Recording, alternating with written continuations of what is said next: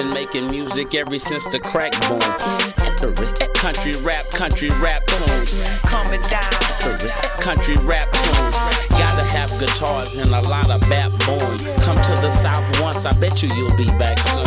Coming down. Country rap tunes. Coming down. Country rap tunes. You know what I'm saying? For real, man, you got to feel my young partner, Cory Mo. What's up with it, man? It's your boy Cory Mo, back off in this thing one more time. Country Rap Tunes podcast, you know what it is. What we do on this show is, man, we pay homage to all of our Southern hip-hop legends, from Ghetto Boys, UGK, Outkast, Goody Mob, just about everybody you can name. If you grew up off of them, then you are Country Rap Tunes. Know what I'm talking about? So I'm going to hand it over to my wonderful co-host, Miss Kimberly Latrice Jones. What's happening? You already know what it is. It's Kimbo Slice with the Dice, and we back here for another episode of the Country Rap Tunes. We got two legends in the building today. First up, we got Wicked, who gave y'all the classic, legendary, straight from the Dizzy I-9, and also is the OG of the internet. Whenever you want to get that lesson, that learn, that smooth, that yearn, you gonna go ahead and rock out with Wicked. Then we also got, you know what I mean? Hey, you know I ain't never slack and stay on top of my Mac. And we also got B-High, ATL in the building. You talking about education. This man is over there changing minds over there at the AU Center, educating the kids. Also one of the premier black men in media.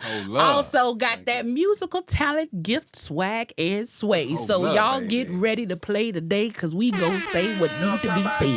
Check it out, B-High, man. I know that you used to go to Clark, right? Yeah. And can you give me some background on when you started interning at Hot and it turned into you being the master of Hot now? you know, I ain't that Hot now. You not? No, I left there about Are you kidding me? No, I ain't kidding you, man. No, Okay. It was back in I would say 2022, during that COVID time. You Okay. know, it was the jab time. Everybody had to get the jab, and I wasn't really going for that. I know that's right. I know that's due to true. company policies at the time, I had to go ahead and bow out gracefully of that thing, because I was like, you know what, this doesn't really make sense to me right now, so I'm going to go ahead and do what I do.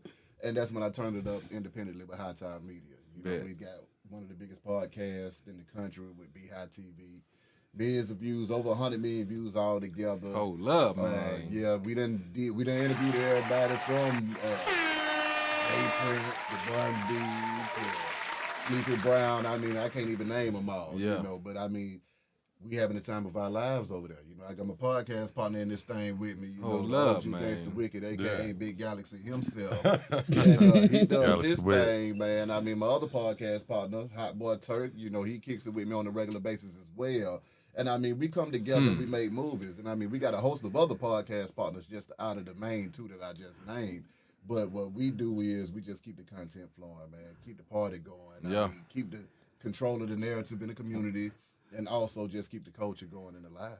I feel that. And like to all of the people that's, you know, the youngsters that's trying to intern at different spots, like give them some game on the intern game. When I was at Clark, my homeboy Ryan Moore, he was already working at the station at the time. So I'd be in class cutting the food, cracking jokes, having a good time every day. And then he was like, you know what, man, you need to come up to the radio station. You need to get an internship. And I didn't even know that he had a job up there at the time, because he was in class with me. So I was like, you can't possibly know nothing. But I went on ahead and sent him my resume. Went up there for the internship meeting, the meeting and orientation and applied. Wound up getting an internship and stayed down for 2 years working for free until I finally got hired as a board op back in the day. You know, that's a long grind in itself. Boy, that's a grind right there. A two-piece? Oh, yeah. Two-piece for the free my skit. Junior and my senior year, man, I was in that thing interning, you know, getting the prizes out the prize closet, you know, learning the boards, doing remotes and stuff like that, and just really the behind-the-scenes necessary work that needed to be done, man. I feel that. But I do suggest for anybody trying to get into radio that's in college right now and they're trying to figure out exactly what they need to do with their life, an internship that should be priority as far as your things to do. You got to get your internship because that's the only way into the door. A lot of times when college students graduate, they looking for jobs and stuff like that. Yeah. And they say, why can't I find a job? The application say I need to have 3 years of experience and all of this different stuff going on. However, if you already got your internship while you were in school, when you graduate, you'll have your 2 years of experience. There you go. And you'll be qualified for the job that you're applying for. So that's the real reason behind getting an internship. And that's in any field. Yeah. I feel that. So, Wiki, we heard B-High got 846 jobs. Yeah. He like Tommy. He work in the black building over there. Ain't no job, Tommy. Tell us some of your other ventures that you've gotten into because you have an expansive portfolio as well. I just pretty much just do not a damn thing. Just be. And how do you get to the point that you do that? Because you gotta work to not be able to do a damn thing. No, seriously, though, I got a new single out with CeeLo. It's called "Break the Bank Is Going Ham." Oh, I heard that. And shout out to CeeLo. I'm getting ready to drop. Actually, I just dropped the video exclusively on the channel on Beehive TV, so y'all can go check it out there. So I'm getting ready to actually drop the song in 2 weeks, you know what I'm saying, for everybody, you know what I'm saying, to be able to stream it and stuff. And I'm just doing a new album. So I'm doing an album by myself, which is Galaxy Wick, but then I'm doing a Ghetto Mafia album with my player partner, Nino. What's happening, Nino? So shouts out to Nino. Right now I'm just in the and I'm taking on any features. You know, anybody out there want to give me some money? You know what I'm saying? I don't charge much either. No, that's right. You gonna work with him? I'll work with him. You know what I'm saying? So if I can get a track from Cory, you know what I mean? I'm good to go. Yeah, if you get a track from Cory, it's gonna have that soul on it. Cory, he got pissed with me when he got here because he thought he was coming in here to record. Yeah, I sure did. He got so pissed with me. That's why I came with flip-flops on. I thought we were working. I ain't gonna be able to get no damn tracks, nigga. He called me. He was 38 hot. I was in the club. You know what I'm saying? I was drunk. All I heard is Cory Mo in the studio. He wanted some of that Grammy magic. Yeah, he wanted some of that Grammy magic. Man, you come back tonight. I'm in the club. I heard Cory Mo studio. The phone was kind of people was in my ear. I just told all my pops, say, "Nigga, I'm in the studio with Cory Mo tomorrow." Oh man, I got here today. He said, "We're doing an interview." I said, "What? Give him no context, man." You know, he only hear what he wants to hear. Okay. Well, when he over there having a few beers, you know, he has the Cory Mo at studio. That's all he hear. Yeah, I came prepared to work. I got my notepad over there and everything. Hold up. You come back tonight. Come back tonight. I can't work. But you know what? This is a five right here. This is five. Just sitting with y'all right here. This is the album. That's what's up. That's what's up. You know what, man? So how did you and Nino get started with Ghetto Mafia? Because I know that Straight from the Deck came out in what, 96, 97? Yeah. Well, I had 2 albums before then that I had that we had got with. It was a rapper out of Flint, Michigan named Eric MC Breed. And Breed lived down here in Canton. This was maybe in the mid '80s. I had went to his house one time. Yeah, I did. Canton out there. You know, and if anybody that was doing music back then, it was like 3 people we all kind of messed with. It was Too Short, of course, Breed, and Camp. You see what I'm saying? You know what I'm saying? Now, Edward J was on outside town, but anyway, I hooked up with MC Breed through a friend of mine. Breed took us to Ichiban. Now, I'm going to say something about Breed. Breed is passed for anybody that don't know him. And Breed was, even though he was from the Midwest, he was like, his ear for our Southern drawl and dialect was like way ahead of his time. Yeah. Because like I tell this story all the time, and I'm gonna make it real quick. I went down to Eric Sermon. Eric Sermon had a rim shop down here back in the day. Shout out to you, Sermon. So I went down to Eric Sermon. Breed had actually sent us down. Now Breed would hear us rap, and Breed was like, "It's different. It's country. It sounds, you know." This can go. He used to always say that. And so he sent us down there to rap. He sent me to Eric Sermon, and I remember rapping for Eric Sermon, Red Man, and Method Man. What? Yeah, and I started rapping for them downstairs, and they all walked out on me. Oh. Yeah, only one stayed back was Red Man, because I had the kush. Of course. Oh, yeah, you know he stayed. You're like, I'm still here. Gonna give me that, you know what I'm saying? So, but anyway, Breed could have, you know what I'm saying, dropped us then and didn't mess with us no more because of how they felt then. But he didn't. And I owe a lot of why I'm here to Breed. And not just me. Breed resurrected Tupac career. I tell people this all the time. People, you know, Tupac was on, I want to say Interscope at first, but this before he went to jail.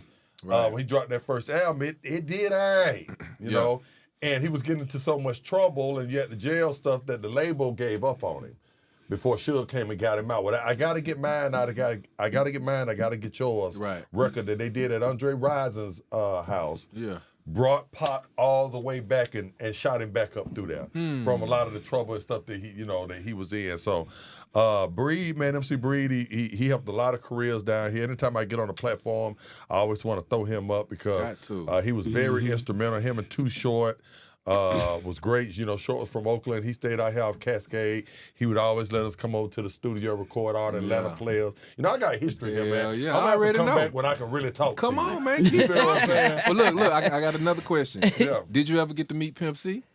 I met Pimp C. Yeah, I met Pimp C a couple times. Pimp. Where'd you meet Pimp at, man? I met, you know, all us back in the day. It's kind of started. It was us, 8 Ball and MJG and Bun and Pimp. Shouts out to You know, Biology. so all three groups, we all used to kind of, you know what I'm saying, do, you know, promo tour. They would jive at the time. And Bun them hadn't got signed. I mean, not Bun. Ball and G hadn't got signed. They hadn't done the Universal deal. So when they first came out, were coming out hard, and we had Draw the Line and stuff, all of us used to go on the road together. Yeah. And do shows. So I just, you know, I know him, you know, Pimp used to come up to my room and stuff after shows. And, you know, Bun was almost kind of more of laid back and withdrawing, kind of more antisocial back then. Pimp was more the outgoing one. So, you know, so after these shows, Pimp would come up to the room and, you know, we have to almost kick him out. You know what I'm saying? Pimp stay till. Pimp stay till. Pimp ain't played now. The song come up. You know what I'm saying? Like, boy, Pimp ain't played now. I got a little late. I'm trying to, yeah. But nah, Pimp was, you know, he was definitely, you know, an OG. Absolutely. Yes, sir. I love it. Absolutely. Yes, I actually got an old story with Breed, man. I came down here in 1997. I went on tour with Big Mike from the Ghetto Boys. Right. Man, I was super duper young. I ain't never been to Atlanta, never been out of Texas. Right. I get on the road with Big Mike, and the first place we come to is the Freaknik. Right. ATL, and we go directly to MC Breed house. Right. So we kicking it in there, me, Big Mike, he had all kind of people. And then we left and went and got interviewed by Poon Daddy and Chris Lover. Yeah, people don't know. But Chris Lover for everybody out there that don't know is Ludacris. That's Luda. Yeah. So he took us all up to the radio station, man, and it was just such a dope experience to be in Atlanta, man, back in 97. It was off the chain. Yeah. But yeah, I mean, Freaknik, matter of fact, I think that I saw something about they getting ready to drop something with Lil Jon and them about Freaknik, but the documentary on Hulu. And if y'all see me in it, mind your business and scroll on. You in there? What you in there? I don't know yet. We got to see the footage. So you're a principal in one video. You're in Freaknik. You know, you ain't on top of a car in Freaknik. I don't know. Listen, we never thought Freaknik was gonna come to the light of day. It wasn't a time with no social media or none of that stuff. We was just outside living, so none of us know if we gonna be in the doc or not. We just gonna sit back, hope our kids don't watch it and let it ride. Straight up. I know that's right. But yeah, man, it was great to be in Atlanta back then doing Freaknik. Freaknik was if that was your first impression of Atlanta about looking at Freaknik, boy, you didn't want to ever leave. Never. You did not ever want. Freaknik made a lot of people from out of town stay. Yeah. I mean, we can't agree with that. You know, be like, I ain't never going home. That is a fact. But you know what I always tell people about Freaknik that they miss out on Freaknik? Yes, it had all the debauchery. All of that was there. But Freaknik was an epicenter for music getting done, too. People didn't realize, and networking and all of that, and people didn't realize that it was like a hub for music, because I remember that's when I thought I was rapping and tapping. My name was Kim LaRue. You was tapping? And rapping. I got a friend that be tap dancing. I have a friend that can tap dance better than anybody. His moniker is he don't tap dance for the industry. I don't tap dance for nobody. For nobody. I know that's right.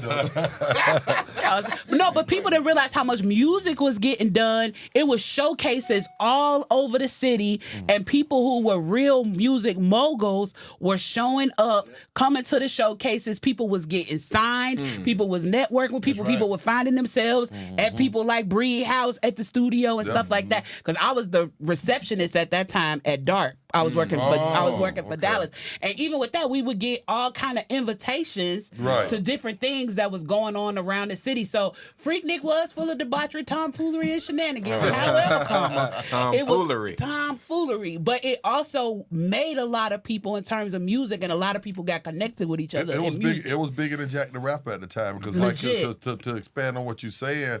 It wasn't just the traffic and the women in the cars and clothes, but it was a lot of the events that was around Freaknik. You know, everybody, we all got to check on Freaknik. We performed somewhere. Yep. So it put money in everybody's pockets also. So, yeah, I agree with you. Let's bring it back. I think me and you can do it. We can bring it back. Y'all heard it here first. Straight up. Hey, I actually heard a long time ago that Scarface tried to sign y'all. Yeah, he sure did. And tell me how that went, man. We was doing a show at the 559. And so Greg Street, no, you know what? Scarface was doing a show at the 559. And so we came back and our dressing, no, it was us. And we came back in our dressing room. Scarface was in the dressing room. That's what it was. So we're like, damn, this nigga he just got past everything, got in the dressing room, he was in there chilling. And so he was like, Ghetto Mafia. So we were like, yeah, I was just, just to see him, it was two things that went through my mind. One, like, damn, this is Scarface. But two, like, this a powerful motherfucker just to be able to jack my room, to jack the dressing room like this, you know what I'm saying? So he basically came down from J Prince. J Prince sent him to get us, you know what I'm saying? And at that time, we had just signed with Bob Johnson, who owned BET. Oh, wow. Him and Ernie Singleton. They had a label called Fully Loaded. So we had just signed with him at the time.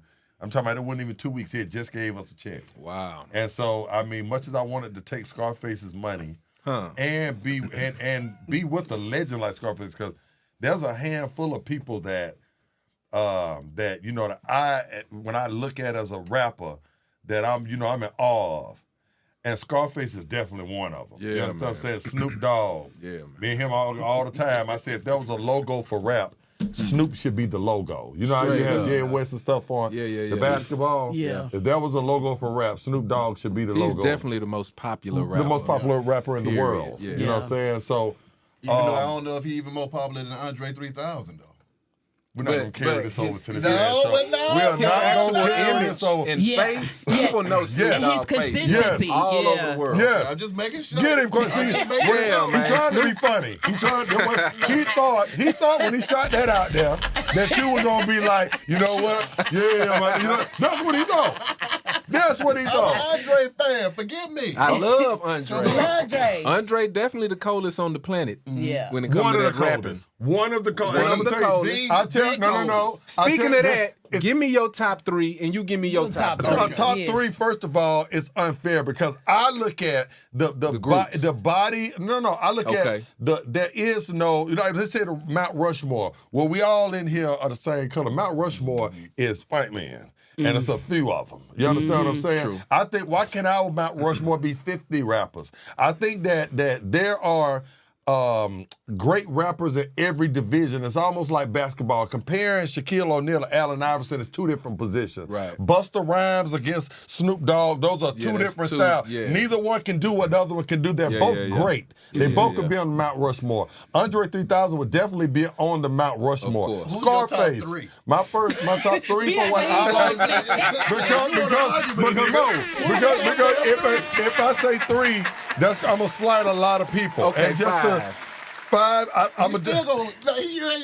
would say Pac. I would have to put Pac, and I would have to put Snoop Dogg. These are just from my era. Okay, from my era, Snoop, Pac, Scarface,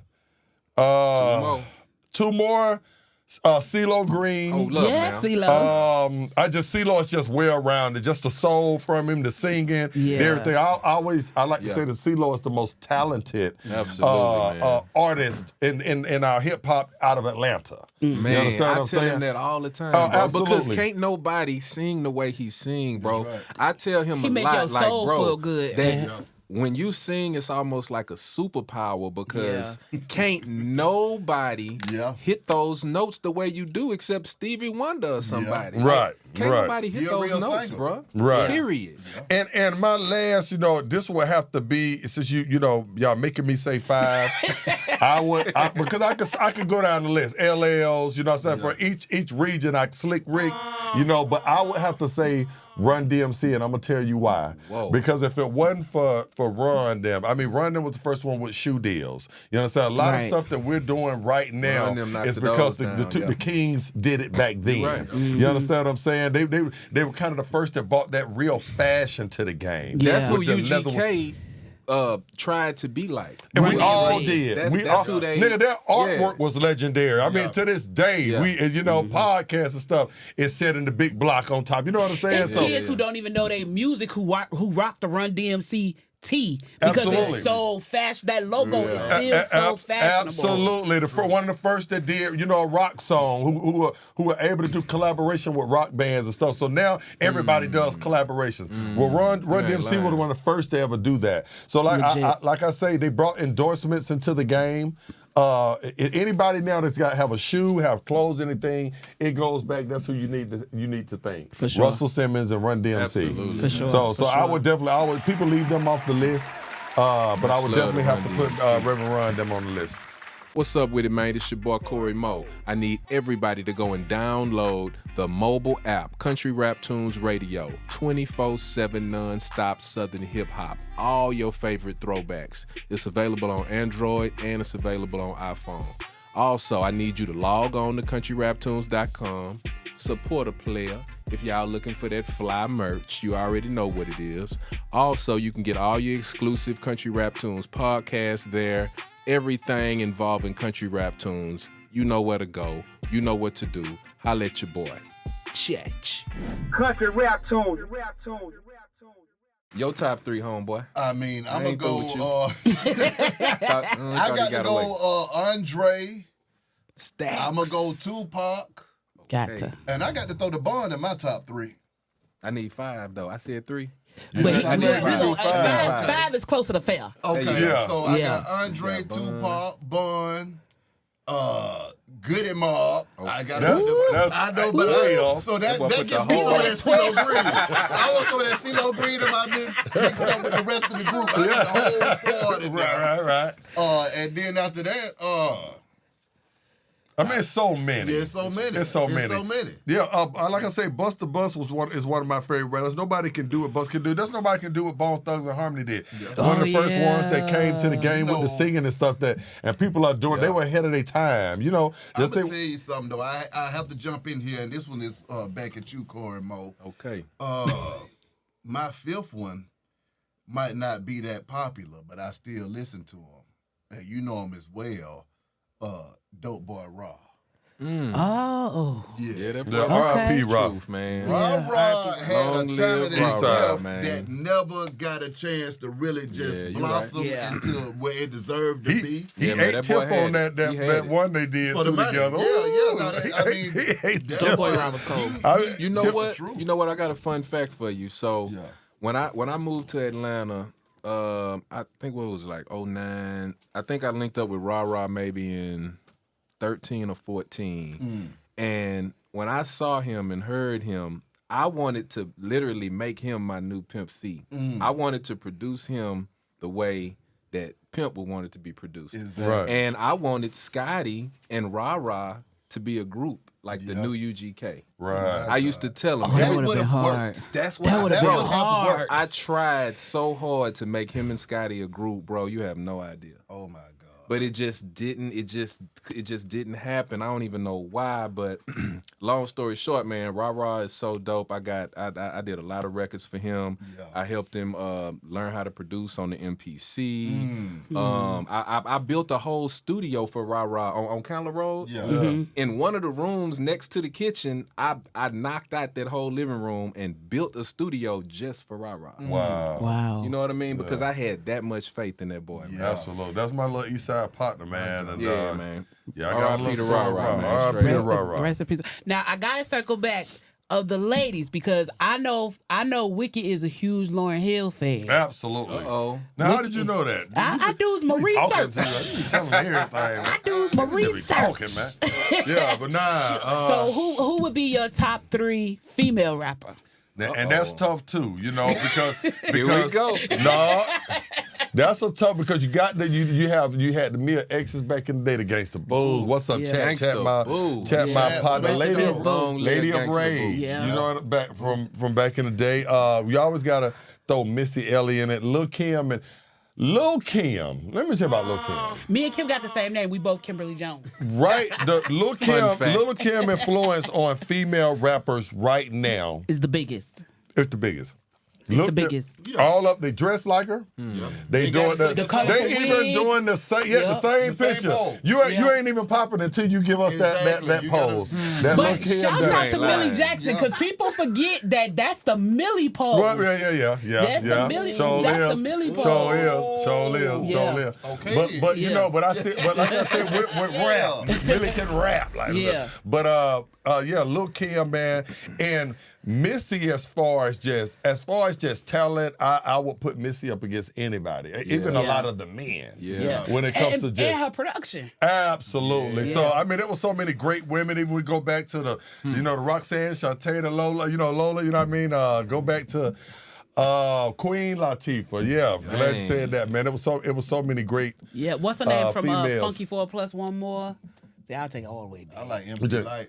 Light. I mean, come on, man. You know what I'm saying? Light to this day, man, a contribution to hip hop. So the ladies, right, and with the new ones, they Lotto, they going in and it's something about Megan Niels, but something about Glorilla that I like. I do like Glorilla. I mess with Glorilla. I like Glorilla. It's so hood. It's so real. Yeah, you know what I'm saying? Be kind of offbeat a little bit sometimes. But you feel like Glow. You like that's your little cousin.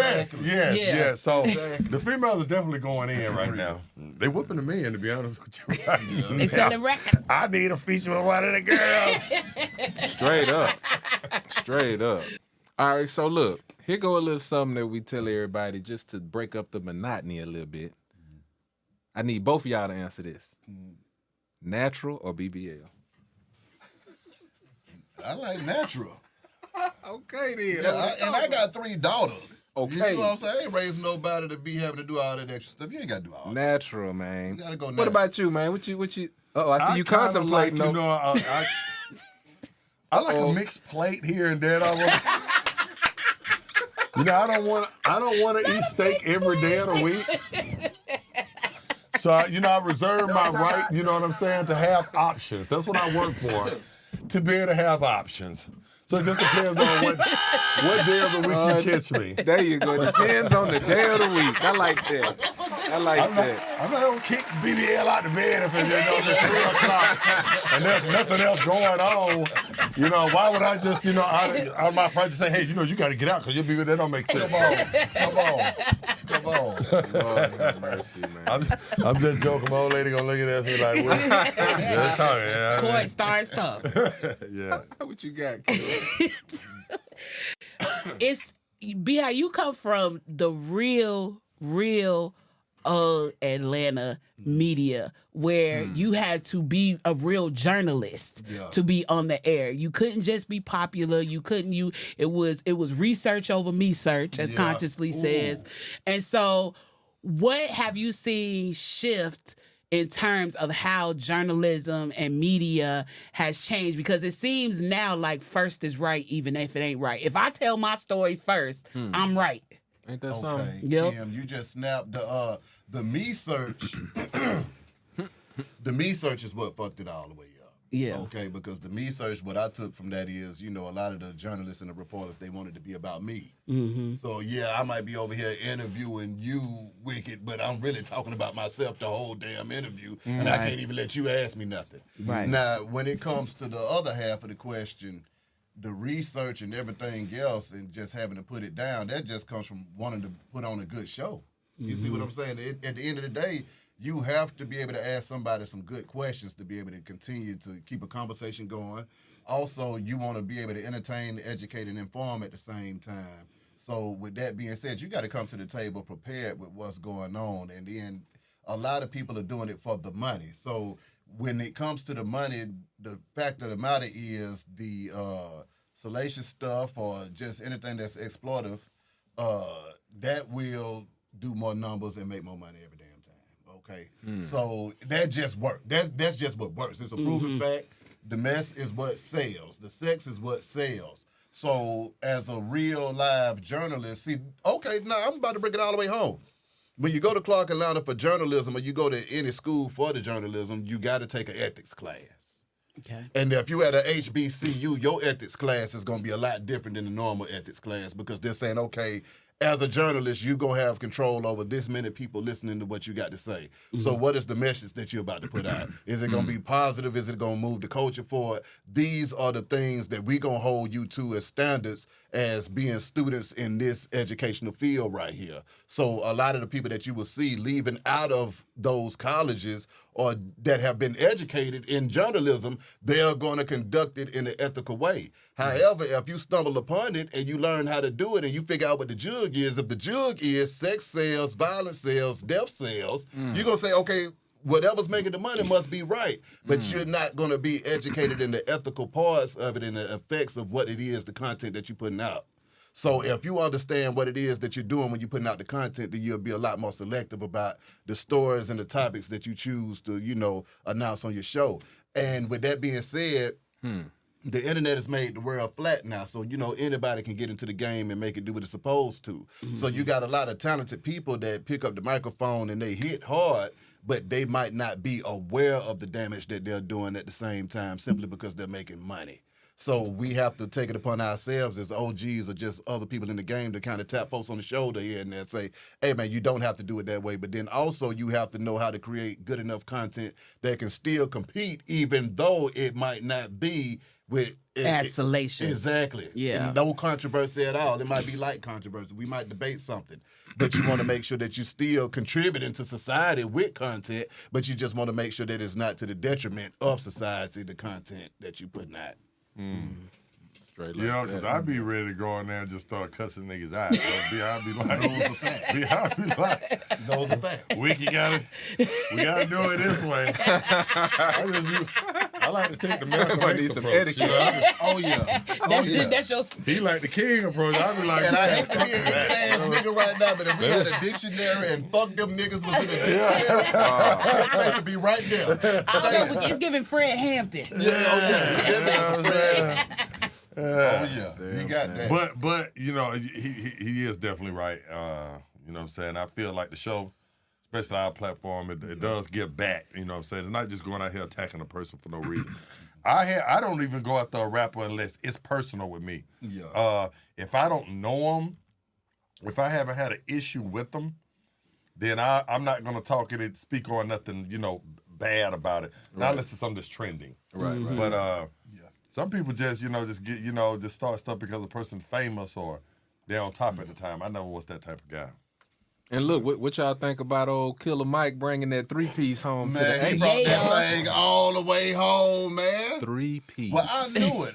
Sweet. When I sat down and I listened to that album, I said, this is the best damn album. He's going to win. Legit. It would have been a travesty if he didn't bring it all the way Yeah, it'd have home. been a riot. Yeah, folks would have cut all the way to him up. I mean, just listening to it, but then, in the same breath, he brought it back to the OGs. See, that's what I've been screaming for the longest. Hip-hop it's no longer a young man's sport no more. Those days have successfully transitioned to where we at right now. We got grown folks doing hip-hop, still just as involved in moving the culture forward as ever right now. So if you're trying to do some teeny boppy stuff, it might not even survive in hip-hop right now because there's just not the demographic behind it.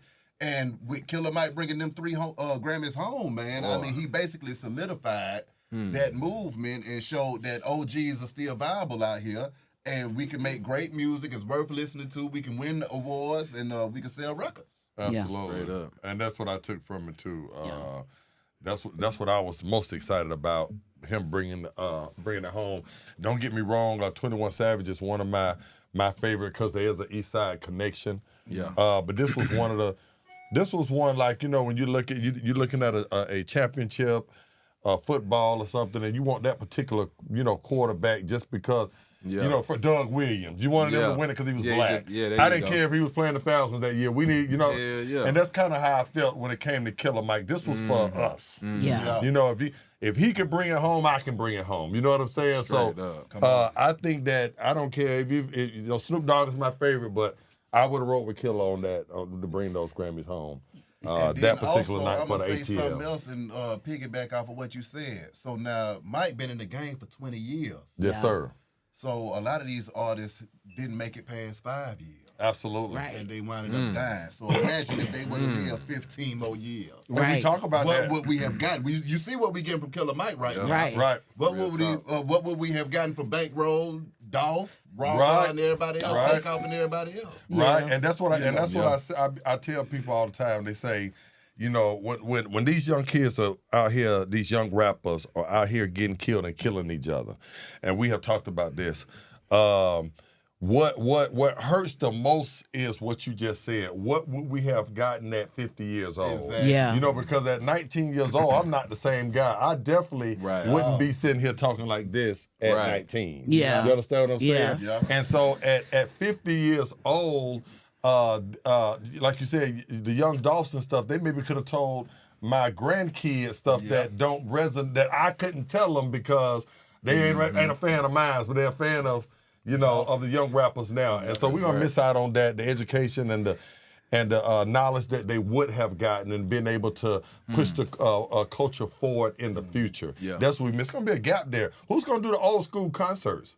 You know how now we get booked all the time. It's an Atlanta circle of us. Pastor Troy, Yin Yang Twins, Ghetto Mafia. It's a bunch. We all Fabo. Fabo is the best entertainer that has ever came out Fabo of is lit. I got him on Sunday. Fabo. I say it all the time. Fabo, CeeLo is my best talent. Yeah. Fabo is the entertainer. Showman. Is a showman. Fabo can sing my song and make it and everybody dance to it. That's what I'm saying. It ain't about a record with Fabo. It don't matter what song is up there. Fabo can crank the crowd to that. But yeah, man, the it's not gonna be any old school concerts with the rate that they're gonna work us to death. You finna be up there working. I know, man. I'm gonna be up there DJing. But you know what? And I'm glad to see this start to happening because we should be doing this because the rock genre, they've been doing that forever. Exactly. They tour until the day they die. And I feel like Atlanta having a run right now because we also shut down the Super Bowl. And I'll say this, obviously we're gonna get all the props to Usher. Shout out to Usher. But when Luda came out, people lost their mind when Luda came out. I told him that Usher was not top 10 in that performance. It was not top 10. Listen. A man. You gotta give him a top 10. A top 10. You got Mike. You got Prince. Michael Jackson came out of the east side of the stadium, man. They had to have 10 different mics. You said it yourself, Mike stood there for 10 minutes. There's only one Michael Jackson. The Prince was a close second. I don't even feel like he should be put with Bruno Mars did good. It started raining. Bruno Mars killed it, Wiki. Hold on now. Bruno killed it. Yes. Snoop Dogg and Dre. Snoop and Dre them murdered it. Yes. Big Boy. Killed it. Big did it without nobody. Sure I'm gonna tell you who snapped too that I like the Weeknd performance. They had so many people. I like the coordination of it. Plus I like a lot of his get high songs. You know what I'm saying? So, but I thought we was gonna be cousins till you got up here and said Usher wasn't top 10 Super Bowl. Ain't nobody. Okay, so look. Sorry that I didn't like a guy. He trying to make us go viral. Look, Cory. It ain't me, Usher. It ain't me.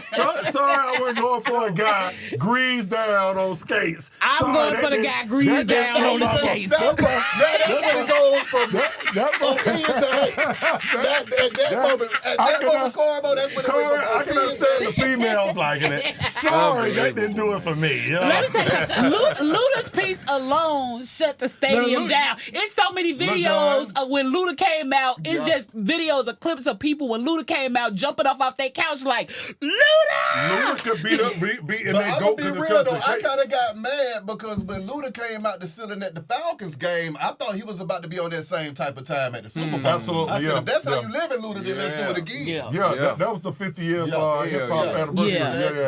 And shout out to the Falcons for honoring me on that 50 years of hip-hop. Y'all better get wicked his props. That's right. It was big. You should have saw me out there. I wanted to play.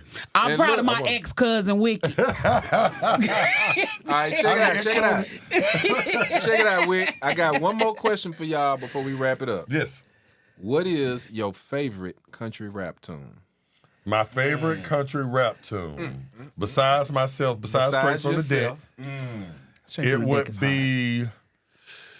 it would have to be, it's just so many. Y'all, oh my goodness. I don't know. I mean, you put me on the spot. Man, you gotta say something, Chetch. It's only right. Diamonds up against that There wood. you go. Yeah. Okay. Yeah. I flipped down the We hand, back, it was looking cousins. good. We back, cousins. Just for that, I got some merch for y'all. Who want the blue? Who want the red? Yeah. Give me the red. Boom. There you go, man, for coming on to the show, man. Yeah, You get you some appreciate real it. live country rap tunes, merch, man. Nah, I love it, man. Yes, sir. Yeah, man. I need y'all to rep for a player, man. Nah, Take we a picture got of that you. thing. We got you. I'm gonna wear that. I'm gonna wear that the Shit, next you show know when how I we do. Okay. when I talk about you. You know what I'm saying? The Beehive, how y'all treated me so bad here. See what I gotta deal with. I don't feel like I got the proper respect I deserve as being a legend. Lord have mercy. Supposed to have some wings or something. Where the wings at? It ain't so. So now he been disrespectful because he ain't got no wing. Damn shame. We got snacks up. Well, I meant sis. I got a new sis, so it There was we all go. worth the bid. See? Yes. You see? Well, look, man, I You see? appreciate Be a y'all coming out, man. I appreciate the love. Beehive, Wicked. I appreciate it, man. Y'all are the shit, and I hope y'all much success on y'all show as well, man. Same Tabernacle. to you. Same to you. Much love. I really appreciate y'all having me. Already. Chatch. We've been making music ever since the crack boom. Country rap tunes. Coming down. Country rap tunes. Gotta have guitars and a lot of backbone. Come to the South once, I bet you'll be back soon. Coming down. Country rap tunes. Coming down. Country rap tunes. You know what I'm saying? For real, man, you got to feel my young partner, Cory Mo.